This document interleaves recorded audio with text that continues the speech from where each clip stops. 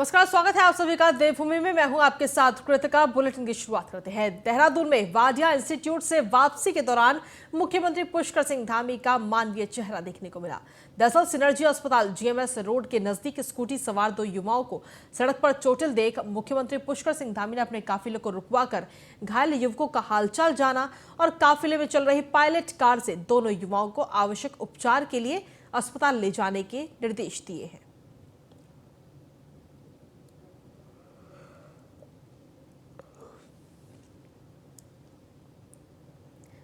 तो ये तस्वीरें भी इस वक्त आपको दिखा रहे हैं।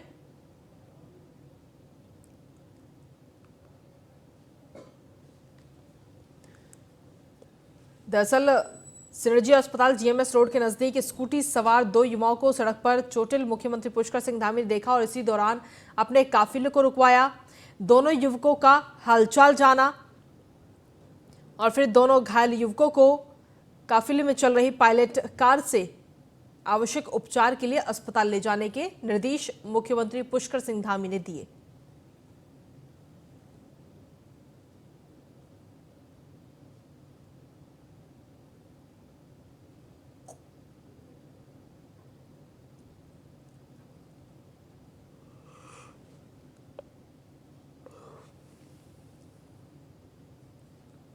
तो ये तस्वीर आपको दिखा रहे देहरादून में वाडिया इंस्टीट्यूट से वापसी के दौरान मुख्यमंत्री पुष्कर सिंह धामी का मानवीय चेहरा देखने को मिला है।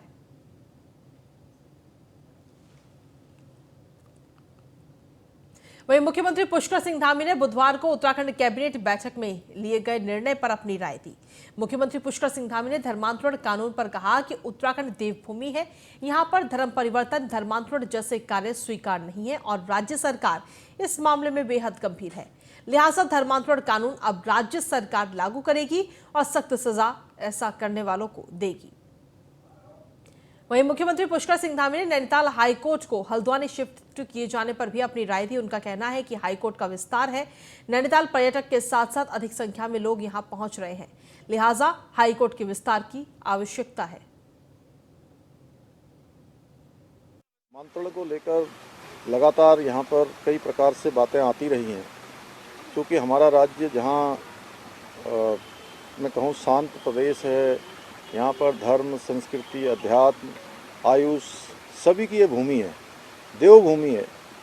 तो देवभूमि के अंदर इस प्रकार के कृत्य किसी तरह से भी मानने योग्य नहीं हो सकते। इसलिए हमने उस पर कड़ा कानून बनाने का फैसला किया है और हमारी मंत्रिमंडल ने कल इस पर फैसला लिया है कि आगे आने वाले समय में हम धर्मांतरण को लेकर कड़ा कानून लाएंगे, जिससे कि कोई भी इस प्रकार के कृत्य को उत्तराखंड के अंदर न कर पाए। देखिए, चूँकि हाईकोर्ट का विस्तार होना चाहिए और नैनीताल जहां पर्यटकों के लिए भी है, अन्य व्यवस्थाओं की दृष्टि से भी है, उसका और विस्तार हो, इसलिए हमने हाईकोर्ट को शिफ्ट करने का फैसला लिया है सरकार ने।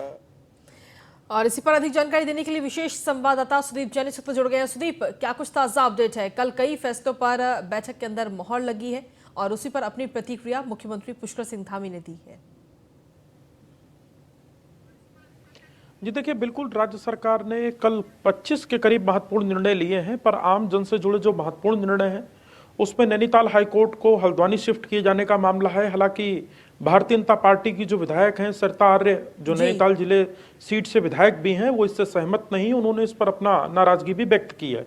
वहीं धर्मांतरण कानून, यानी किसी को धन, बल या किसी प्रलोभन के आधार पर यदि कोई व्यक्ति किसी का धर्म परिवर्तन कराता है तो उसको और सख्त सजा मिलेगी। राज्य सरकार इसका कानून लेकर आ रही है और इस पर कैबिनेट में सहमति बन गई है। मुख्यमंत्री के साथ ही जो राज्य सरकार के कैबिनेट मंत्री हैं प्रेमचंद अग्रवाल, उन्होंने भी अपनी इस पर प्रतिक्रिया दी है कि देवभूमि में इस तरीके की हरकतें बर्दाश्त नहीं हो सकती। बीते दिनों कुमाऊं में और बीते दिनों रुड़की से कुछ जो ऐसी तस्वीरें सामने आई कि प्रभाव दबाव का इस्तेमाल करके धर्म परिवर्तन का दबाव बनाया जा रहा है, धर्म परिवर्तन कराया जा रहा है, इसलिए सरकार एक सख्त संदेश दे रही है जो पूरे देश में एक नजीर बनेगा और उत्तर प्रदेश से भी सख्त कानून उत्तराखंड में लागू होगा, ताकि ऐसा करने से पहले लोग सोचें। राज्य सरकार चाहती है कि वो अपने कैबिनेट में ऐसे निर्णय ले जो आम जन से जुड़े हों, उसकी आर्थिकी, सामाजिक संरचना के साथ साथ उसके धार्मिक वातावरण को भी राज्य सरकार सुरक्षित रखना चाहती है। यूं तो हर व्यक्ति स्वतंत्र है अपने धर्म को मानने, पालन, पूजा पाठ के लिए, पर वो किसी अपने धर्म को किसी दूसरे पर थोपना ना पाए, जबरदस्ती ना करने पाए, इसलिए राज्य सरकार इस कानून को लेकर आ रही है। जिस तरीके से देखा जाए तो जो हाईकोर्ट शिफ्टिंग का मामला है ये कहीं ना कहीं काफी बड़ा और लोगों से जुड़ा हुआ भी है, क्योंकि अभी तक हाईकोर्ट के लिए लोग नैनीताल का रुख करते थे, लेकिन अब हल्द्वानी का रुख करेंगे।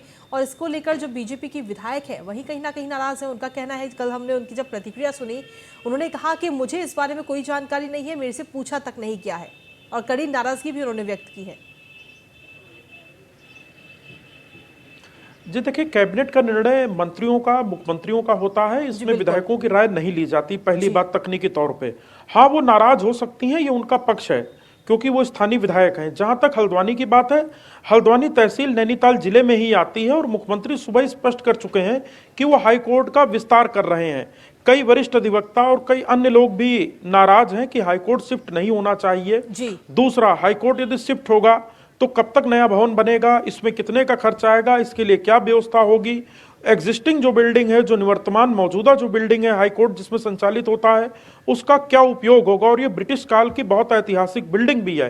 तो इस तरीके के कई सवाल भी हैं, पर चूंकि जब कोई बड़े निर्णय होते हैं तो विरोध भी देखने को मिलता है, और जब राज्य सरकार ने कोई निर्णय लिया है तो उसको वो पूरा भी करेगी, भले ही थोड़ा समय लगे। जी लेकिन जिस तरीके से अभी कुछ देर पहले हमने मुख्यमंत्री की प्रतिक्रिया सुनी इस शिफ्टिंग, हाईकोर्ट की शिफ्टिंग को लेकर, उन्होंने कहा कि नैनीताल क्योंकि पर्यटन का भी क्षेत्र है, यहाँ पे पर्यटक भी बहुत सारे आते हैं, तो इस चीज को ध्यान में रखते हुए भी शिफ्टिंग का ये फैसला लिया गया। जी बिल्कुल, देखिए नैनीताल हाईकोर्ट पुलिस में जो सब इंस्पेक्टर्स हैं वो जाते हैं, एक आम व्यक्ति जाता है, रिट करता जाता है, मुकदमे में वादी पीड़ित जाते हैं। हम देखते हैं जब टूरिस्ट सीजन होता है तो नैनीताल पहुंचना यूं ट्रैफिक के लिहाज से भी कठिन है, और दूसरा यदि किसी को ठहरना पड़ रहा है हाईकोर्ट में, उसकी अगले दिन डेट है या एक दिन रुकना पड़ रहा है, तो होटल अवेलेबिलिटी इतनी नहीं है और आना जाना बहुत महंगा पड़ता है। तो व्यवहारिक दृष्टिकोण से भी थोड़ा लोगों के लिए कष्टकारी है, और लोग समय समय पर इससे परेशान भी दिखते हैं। तो ये लोगों के लिए रीच में होगा, और दूसरा इससे टूरिज्म की जो इंडस्ट्री है वो सीधे तौर पर बाधित प्रभावित नहीं होगी। अब विरोध और नाराजगी व्यक्त करना हर व्यक्ति का अपना अधिकार है, लेकिन इसके एक तकनीकी पहलू भी है, एक व्यवहारिक पहलू भी ये है कि लोगों को एक मोटी जेब ढीली करनी पड़ती है और बहुत परेशानियों का सामना भी करना पड़ता है। जो लोग नैनीताल में रहते हैं उनकी तरफ से क्या प्रतिक्रिया मिल रही है इस हाईकोर्ट की शिफ्टिंग को लेकर? जो नैनीताल के निवासी हैं उनकी अभी इस विषय पर प्रतिक्रिया नहीं आ पाई है, पर जो जनप्रतिनिधि का बयान है वो सीधे तौर पर लोगों की राय को प्रकट कर रहा है। पर कई स्थानीय लोग भी पूर्व में कह चुके हैं कि नैनीताल में बहुत अधिक जनसंख्या का दबाव पड़ रहा है, डेली मूवमेंट बहुत ज्यादा पड़ रहा है, लिहाजा यदि सरकार संभव हो और कर सके तो हाईकोर्ट को शिफ्ट होना चाहिए। अब राज्य सरकार ने कल ये निर्णय भी ले लिया है शिफ्ट करने का, इस पर कैबिनेट में सहमति बनी है कि हल्द्वानी में ये हाईकोर्ट तैयार की जाएगी। अब देखना होगा कि कब तक ये हाईकोर्ट बनता है और कब तक इसका संचालन शुरू होता है। जी चलिए, शुक्रिया तमाम जानकारी देने के लिए सुदीप। तो विशेष संवाददाता सुदीप जैन हमारे साथ जुड़े हुए थे जिन्होंने तमाम जानकारी दी। इसी के साथ चलिए खबरों में आगे बढ़ेंगे। उत्तराखंड कैबिनेट ने उत्तराखंड हाईकोर्ट को नैनीताल से हल्द्वानी शिफ्ट करने का ये बड़ा फैसला लिया, और ये मांग काफी दिनों से उठ रही थी, और जनसंख्या के दबाव को देखते हुए सरकार पर निर्णय करने का भी दबाव था कि फैसले के बाद अब अलग अलग तरीके से इसका विरोध भी हो रहा है। कई वरिष्ठ वकील इससे नाखुश हैं, तो नैनीताल से भारतीय जनता पार्टी की विधायक सरिता आर्य ने भी सरकार के इस फैसले का विरोध किया है। वहीं कैबिनेट मंत्री चंद्रराम दास कहते हैं कि जनसंख्या के दबाव और अन्य कारणों से राज्य सरकार ने ये फैसला लिया है।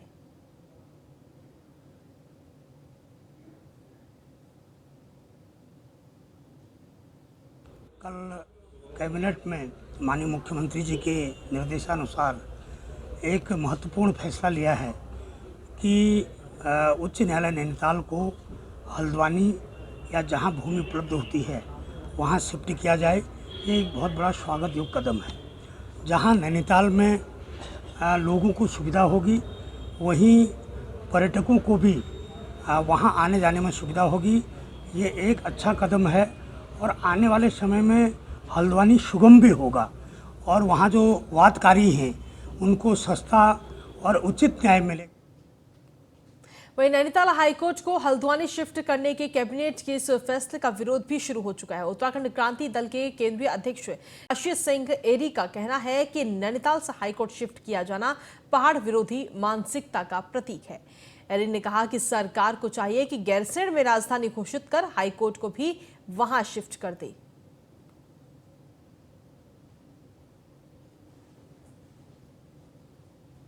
लेकिन मेरा मानना ये है कि ठीक है, नैनीताल में आपको हाईकोर्ट के संचालन में दुविधा हो रही है, असुविधा हो रही है, या किसी वर्ग विशेष को असुविधा हो रही है, तो सीधी सी बात हमारी ये है उत्तराखंड क्रांति दल की कि आप गैरसैंण को स्थायी राजधानी घोषित कीजिए और वहीं पर इस हाई कोर्ट को नैनीताल से गैरसैंण में शिफ्ट करिए। ये सही कदम हो सकता है पहाड़ के हित में, उत्तराखंड के हित में, और हम इसी के लिए आगे की लड़ाई लड़ेंगे।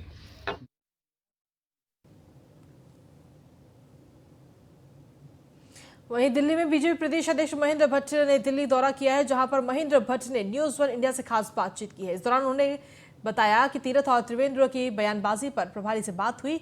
दोनों नेताओं को पार्टी प्लेटफॉर्म पर बात रखने के लिए कहा गया है। धर्मांतरण पर सख्त कानून बनाना राज्य सरकार का अच्छा कदम है। ये तमाम बातें महेंद्र भट्ट की तरफ से कही गई और क्या कुछ महेंद्र भट्ट ने कहा है वो भी आपको सुनवाते हैं।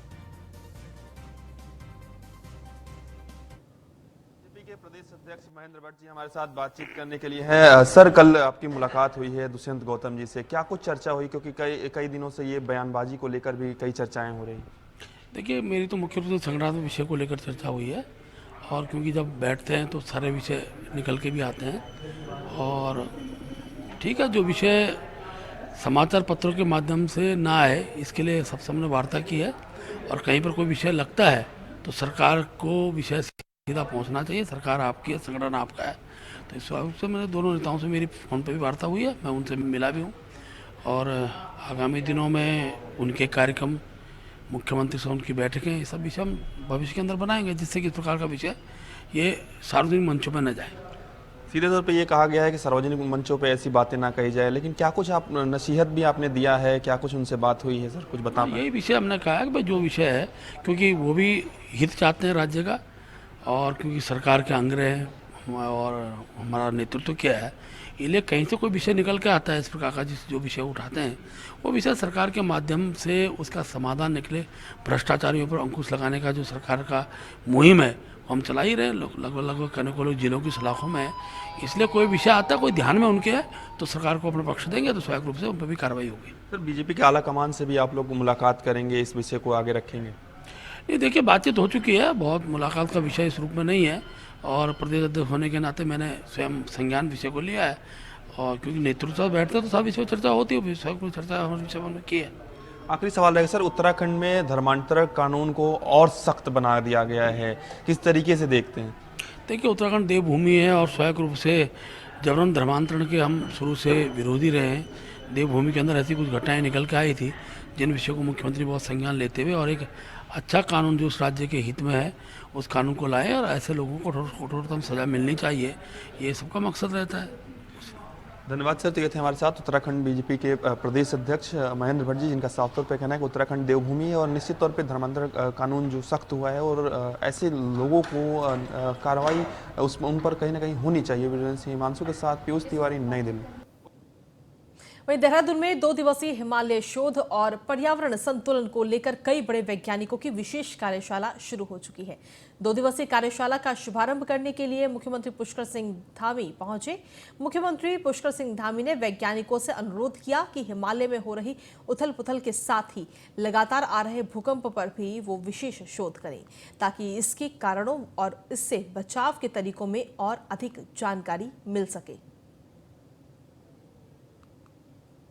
क्योंकि आज हिमालय जैसे विषय पर यहाँ पर सारे वैज्ञानिक हमारे देश भर के एकत्र हुए हैं और लगातार यहाँ पर चिंतन और मंथन करेंगे, तो मैंने उनसे अनुरोध किया कि जहाँ वो अनेकों अनेक विषयों पर सस्टेनेबल डेवलपमेंट पर बात करेंगे, इकोलॉजी पर बात करेंगे, पर्यावरण पर बात करेंगे, वहीं जो हमारे यहाँ की प्रमुख समस्या जो प्रत्येक वर्ष आने वाली समस्या है, आपदा पर, भूस्खलन पर और साथ ही साथ जो भूकंप भी जो है हमारे लिए चुनौती है, उन सब पर भी चर्चा करें। उस पर बचाव के क्या रास्ते हो सकते हैं, पहले हमको कैसे जानकारी मिले जिससे कि related to glacier avalanche, related to landslides related to some sort of flash floods, earthquake related phenomena. So इससे हम नेचुरल प्रोसेस से किस तरह से नुकसान को कम कर सकते हैं, इसके प्रयास में अर्ली वार्निंग सिस्टम डेवलप कर रहे हैं। हम डिफरेंट तरह का सेंसर लगाता है, जो सेंसर में जब इस तरह का स्ट्रेन अकोमुलेशन होता है तो उसके जो फिजिकल, केमिकल, जियोटेक्निकल चेंज आता है, वो चेंज हम पता सकते हैं। तो उसके कुछ जो signal before that earthquake takes place, उसको हम प्रिकर्सर इवेंट्स बोलते हैं। वो प्रिकर्सर इवेंट्स को हम स्टडी करते हैं और उससे थोड़ा सा हमको अंदाज पड़ता है कि अभी इस रीजन में अर्थक्वेक। वहीं गढ़वाल यूनिवर्सिटी के बिरला परिसर में छात्र संघ चुनाव के लिए वोटिंग चल रही है और 8,000 छात्र इस चुनाव में वोट डाल रहे हैं। बिरला परिसर छात्र संघ चुनाव के लिए कुल 15 प्रत्याशियों ने अलग अलग पदों के लिए नामांकन किया है। मतदान प्रक्रिया दोपहर 2 बजे तक चलेगी। मतदान के लिए बिरला परिसर में कुल 14 पोलिंग बूथ बनाए गए। आज हो रहे मतदान में करीब 8,000 छात्र छात्राएं अपने मताधिकार का इस्तेमाल कर रहे हैं। यूनिवर्सिटी प्रशासन ने मतदान के लिए सुरक्षा के पुख्ता इंतजाम किए हैं। सुरक्षा के मद्देनजर 1.5 प्लाटून पीएसी, 70 रेगुलर पुलिस के जवान, 5 SO, 1 inspector, 1 CO, 1 additional SP की तैनाती चुनाव के लिए बिरला कैंपस में की गई है।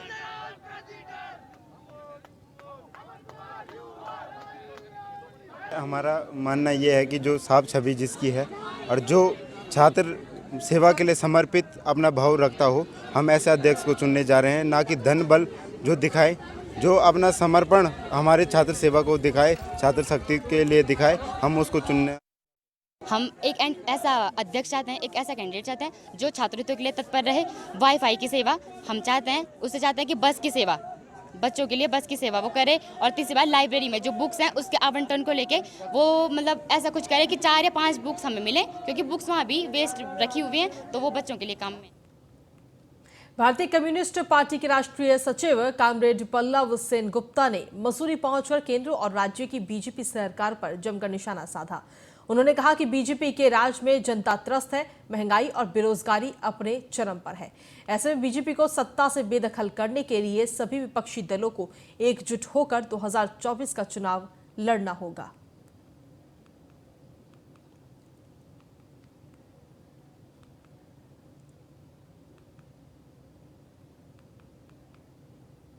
की सबसे बड़ी पार्टी है कि वो नेतृत्व करे, वो पहल करे और इस प्रदेश के अंदर जो भाजपा के खिलाफ असंतोष बढ़ रहा है, एक व्यापक एकजुटता कायम करते हुए एक प्रभावशाली विकल्प खड़ा करने की कोशिश करे।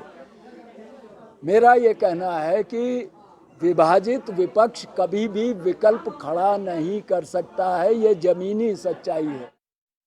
It should be run on the rule of law. कोई मानता नहीं है आज, तो इसलिए बहुत सारी इशू है। इशू ऑफ कोर्स है first of unity between all section of the people. Socially जो मार्जिनाइज्ड है उसको भी साथ में ले आना है।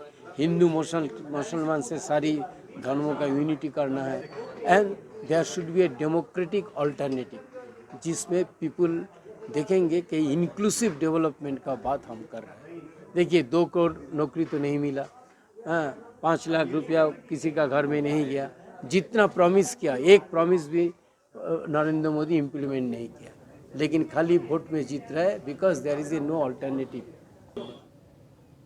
वहीं उत्तराखंड में महाराष्ट्र चैम्बर ऑफ कॉमर्स और सिडकुल चैम्बर्स ऑफ कॉमर्स मिलकर 40 छोटे बड़े उद्योगों की स्थापना करने जा रहा है।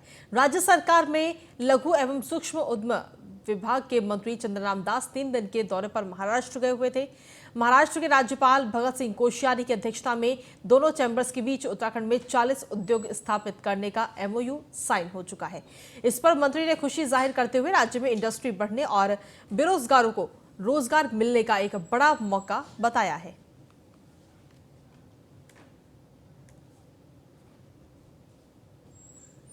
महामहिम राज्यपाल महाराष्ट्र भगत सिंह कोश्यारी जी के सानिध्य में हमने महाराष्ट्र चैम्बर ऑफ कॉमर्स और SIDCUL chamber of commerce Uttarakhand के बीच हमने उत्तराखंड में उद्योग लगाने के लिए 40 उद्यमियों के साथ हमने MOU किया है।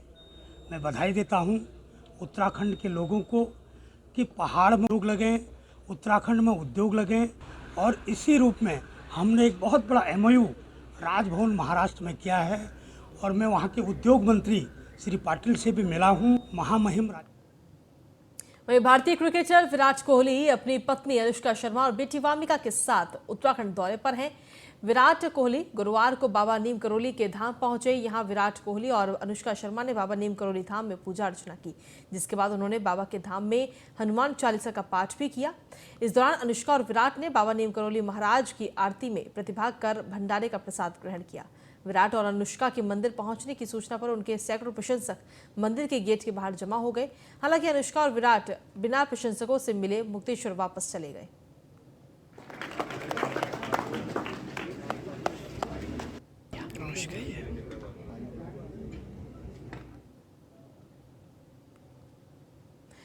उधम सिंह नगर के पुलभट्टा थाना क्षेत्र के पुलिस को बड़ी सफलता हाथ लगी। पुलिस टीम ने एक लग्जरी कार से 63 लाख की नकदी और 11 किलो से अधिक के चांदी के बिस्किट और ज्वेलरी बरामद की। पुलिस ने साथ ही नकदी के से संबंधित मामले की सूचना इनकम टैक्स विभाग को भी दी। साथ ही चांदी की ज्वेलरी, बिस्किट और कार को सीज कर अग्रिम कार्रवाई की जा रही है।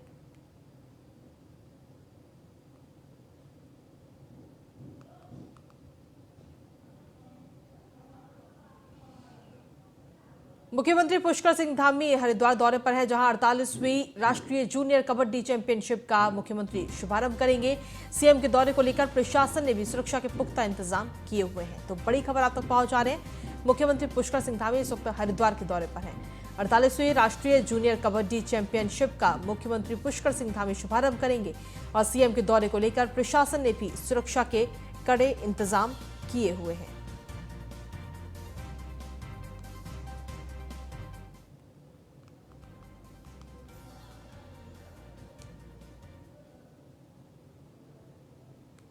तो आपको बता दें कि मुख्यमंत्री पुष्कर सिंह धामी हरिद्वार दौरे पर हैं और सीएम के दौरे को लेकर प्रशासन ने भी पुख्ता इंतजाम किए हुए हैं। कबड्डी चैंपियनशिप का आयोजन होना है और इसका शुभारंभ मुख्यमंत्री पुष्कर सिंह धामी करते हुए नजर आएंगे। संविदा ड्राइवर और कंडक्टरों को परिवहन निगम की तरफ से तोहफा दिया गया है। संविदा ड्राइवर और कंडक्टरों का पारिश्रमिक बढ़ा दिया गया है। 3% डीए बढ़ाकर नई पारिश्रमिक दरें जारी की गई हैं। अब मैदानी मार्गों पर चलने वाले ड्राइवरों को 2.69 पैसे प्रति किलोमीटर मिलेगा। पर्वतीय मार्ग पर चलने वाले ड्राइवरों को 3 रुपये 14 पैसे प्रति किलोमीटर दिया जाएगा। तो एक बड़ा तोहफा ये दिया गया है इस वक्त।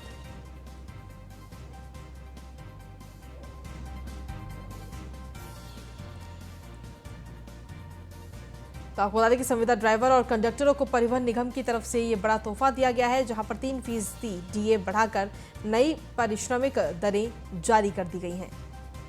अब मैदानों मार्गों पर चलने वाले ड्राइवरों को 2.69 पैसे प्रति किलोमीटर दिया जाएगा और वहीं पर्वतीय मार्ग पर चलने वाले ड्राइवरों को 3 रुपये 14 पैसे प्रति किलोमीटर मिलेगा।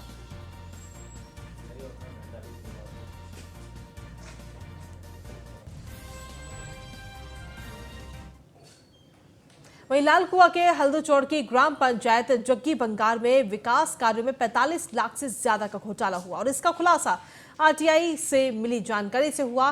घोटाले में शामिल अधिकारियों पर कोई कार्रवाई नहीं हो रही और अब आरटीआई कार्यकर्ता ने घोटाले की शिकायत क्षेत्रीय सांसद एवं केंद्रीय रक्षा राज्य मंत्री अजय भट्ट को पत्र सौंपकर की है। निष्पक्ष जांच और दोषियों पर कड़ी कार्रवाई की नहीं होने से नाराज आरटीआई कार्यकर्ता ने हाईकोर्ट भी जाने की चेतावनी दी है। 45 लाख की अनियमितता प्रथम किस्ती में दिखाई दे रही है, जो कि इन्होंने 3 साल में पैसे का दुरुपयोग किया है और जो जैसे मरम्मत कार्य को निर्माण कार्य दिखाया गया है और जिसकी टंकी पहले से ही बन चुकी थी, फर्जी टंकी, उनको दोबारा प्रस्तावित करके पैसा खाया गया है। इसमें ग्राम प्रधान के साथ साथ ग्राम विकास अधिकारी भी लिप्त है। तो मैं सरकार से यही विनती करता हूँ, ग्राम प्रधान के ऊपर तो कार्रवाई की जाए, लेकिन जो ग्राम विकास अधिकारी और जो अन्य आला अधिकारी उसमें लिप्त हैं उनको निलंबित किया जाए तत्काल रूप से। और खबरों का सिलसिला न्यूज़ वन इंडिया पर यूं ही लगातार जारी। इस बुलेटिन में इतना ही। नमस्कार।